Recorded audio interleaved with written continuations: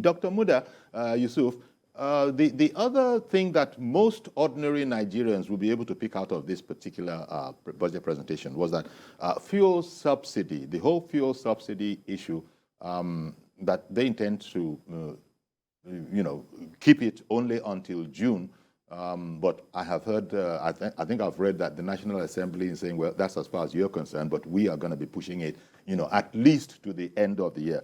Speak to us, please, about this whole fuel subsidy removal aspect, because that is what a lot of Nigerians will relate to, even though everything else also concerns them. Yes, the fuel subsidy issue is a matter that we have been, it's like kicking the can down the road for so many years. Now, the proposal that is on the table is that the president also wants to kick the can up until his exit. And of course, that is easy to do. But when it comes to activating that decision, it's not as easy as people talk about it. Because if by middle of next year, when this president will have left, I don't see how practical it will be for a new government to come and suddenly remove the entire fuel subsidy.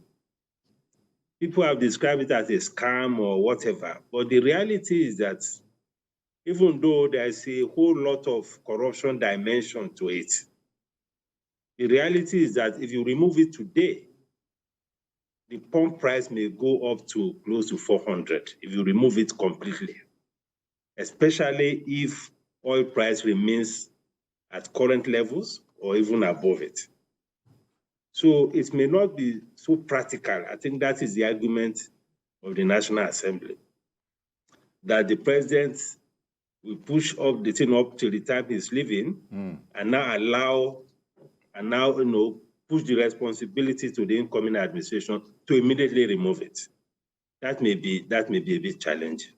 Okay. It will bring a lot of shock to the citizens.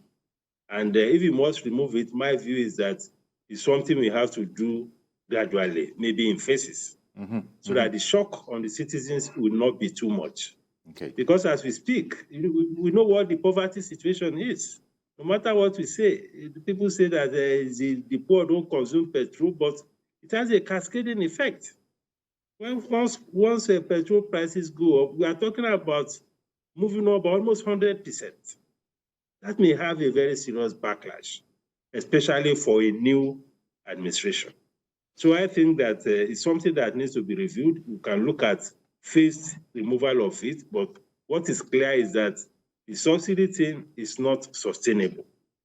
And the earlier we're able to deal with it, the better. Because part of the issues we are having even with the budget, with all this deficit and all of that, is also because of the weight of the subsidy.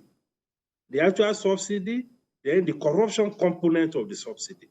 All of these things are putting a lot of pressure on the finances of government. And surely it is not sustainable.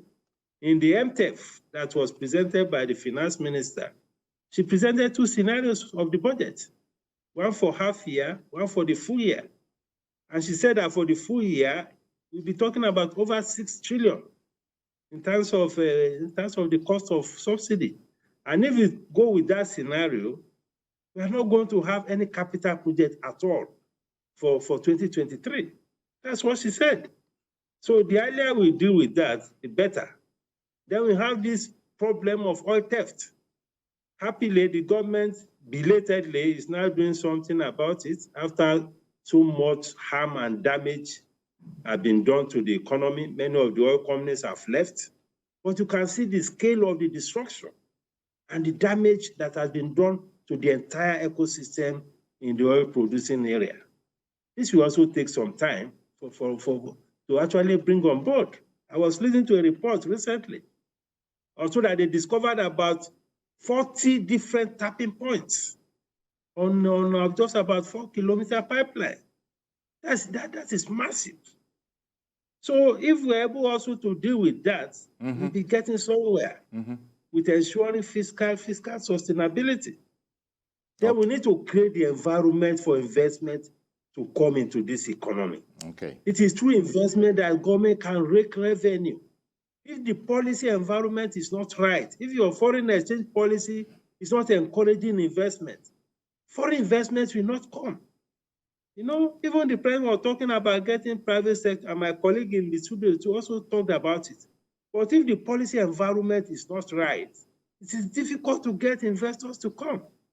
Indeed. So we need to also create the environment for the investment to come, so that, because there's a correlation between the size of investment and the revenue that the government is getting.